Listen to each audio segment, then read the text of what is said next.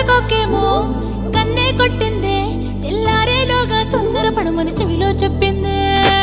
ఈ మాత్రం ఇంటే ఇస్తే సంటే గొప్ప